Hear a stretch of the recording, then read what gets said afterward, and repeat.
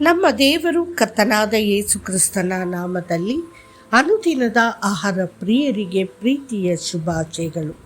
2025 June ತಿಂಗಳ 22ನೇ ತಾರೀಕಿನ ಭಾನುವಾರದ ವಾಕ್ಯವು, ಆತನು ನಿನ್ನ ಮೇಲೆ ಸಂತೋಷ ಪಡುವನು, ಮಧುವಣನು ವಧುವಿನಲ್ಲಿ ಸಂತೋಷ ಪಡುವಂತೆಯೇ ನಿನ್ನ ದೇವರು ನಿನ್ನಲ್ಲಿ ಸಂತೋಷ ಪಡುವನು.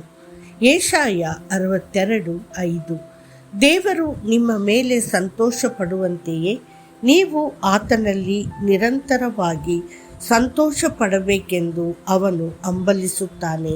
ಆಗ ಮಾತ್ರ ನೀವು ಕರ್ತನಿಂದ ಬರುವ ಒಕ್ಕೂಟ ಮತ್ತು ಸಂತೋಷವನ್ನು ಸಂಪೂರ್ಣವಾಗಿ ಅನುಭವಿಸುವಿರಿ. ಮದುವೆಯ ಸಮಯದಲ್ಲಿ ವಧು-ವರರು ನಿಜವಾಗಿಯೂ ಸಂತೋಷವಾಗಿದ್ದಾರೆಯೇ ಎಂದು ಎರಡು ಕುಟುಂಬಗಳು ಎಚ್ಚರಿಕೆಯಿಂದ ಗಮನಿಸುತ್ತವೆ.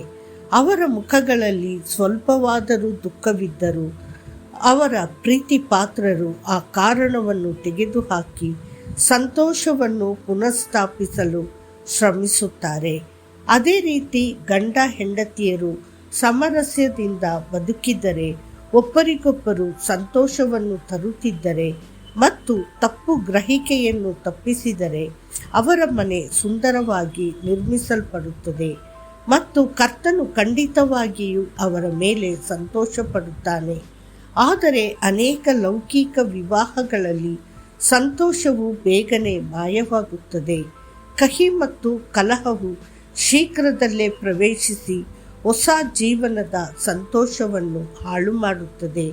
ಒಂದು ಗಾದೆ ಹೇಳುವಂತೆ, ಹಾಲು ಕೂಡ ಕಾಲಾನಂತರದಲ್ಲಿ ಹುಳಿಯಾಗುತ್ತದೆ ಮತ್ತು ಹೆಚ್ಚಿನ ಜೇನುತುಪ್ಪವು ರುಚಿಗೆ ಸಿಹಿಯಾಗುತ್ತದೆ. ಆದರೆ ನಮ್ಮ ಮೇಲಿನ ಕರ್ತನ ಸಂತೋಷವು ನಿರಂತರವಾದ ಬುಗ್ಗೆಯಂತೆ ಬದಲಾಗದ, ತಣಿಸಲಾಗದ ಮತ್ತು ಪ್ರತಿದಿನ ತುಂಬಿ ಹರಿಯುತ್ತದೆ. ಜನರು ಪ್ರಾರ್ಥನೆಯಲ್ಲಿ ದೇವರನ್ನು ಸಮೀಪಿಸಲು ಎರಡು ಮಾರ್ಗಗಳಿವೆ: ದುಃಖ ಮತ್ತು ಅಳುವಿಕೆಯೊಂದಿಗೆ ತಮ್ಮ ಅಗತ್ಯಗಳಿಗಾಗಿ ಬೇಡಿಕೊಳ್ಳಲು ಪ್ರಯತ್ನಿಸುವುದು.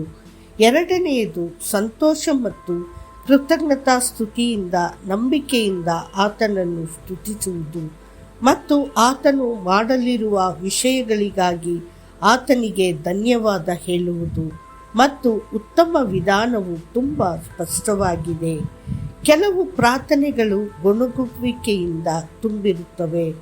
ಕರ್ತನೇ, ನಾನು ಮಾತ್ರ ಏಕೆ ನಾನು ಯೋಬನಂತೆ ಬಳಲಬೇಕು? ಇತರರು ಚೆನ್ನಾಗಿದ್ದಾರೆ, ನನಗೆ ಮಾತ್ರ ಬೆಳಕು ಕಾಣುತ್ತಿಲ್ಲ. ನೀವು ಯಾವಾಗ ನನ್ನ ಮೇಲೆ ಕರುಣಿಸುವಿರಿ? ಅಂತಹ ಜನರು ದೂರು ಮತ್ತು ನಿರಾಶೆಯೊಂದಿಗೆ ದೇವರನ್ನು ಸಮೀಪಿಸುತ್ತಾರೆ. ಆದರೆ ಯೇಸುವನ್ನು ನೋಡಿ, ದುಃಖದಲ್ಲಿಯೂ ಸಹ ಅವನು ತಂದೆಯೊಂದಿಗೆ ಎಷ್ಟು ಸಂತೋಷದಿಂದ ಮಾತನಾಡಿದನು. ಲಾಜರನು ಸತ್ತಾಗ ಯೇಸು ತೀವ್ರವಾಗಿ ಭಾವುಕನಾಗಿ ಇತರರೊಂದಿಗೆ ಅತ್ತನು. ಆದರೂ ಅವನು ಸಂತೋಷದಿಂದ ತಂದೆಯ ಕಡೆಗೆ ನೋಡಿ, ತಂದೆಯೇ, ನೀನು ನನ್ನ ಮಾತು ಕೇಳಿದ್ದಕ್ಕಾಗಿ ನಾನು ನಿನಗೆ ಕೃತಜ್ಞತೆ ಸಲ್ಲಿಸುತ್ತೇನೆ. ಯೋಹಾನ 11:41. ಮತ್ತು ತಕ್ಷಣವೇ ತಂದೆಯು ಅವನ ಪ್ರಾರ್ಥನೆಯನ್ನು ಕೇಳಿ ಲಾಜರನನ್ನು ಪುನರುತ್ಥಾನಗೊಳಿಸಿದನು. ದೇವರ ಮಕ್ಕಳೇ, ಕರ್ತನಲ್ಲಿ ಆನಂದಿಸಿರಿ. ಆತನು ಖಂಡಿತವಾಗಿಯೂ ನಿಮ್ಮ ಪ್ರಾರ್ಥನೆಗಳಿಗೆ ಉತ್ತರಿಸುವನು.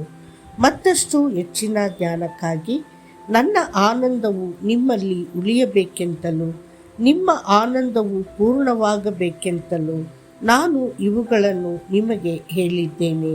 ಯೋಹಾನ 15:11. ಕರ್ತನು ಆಶೀರ್ವದಿಸಲಿ. ಆಮೇನ್.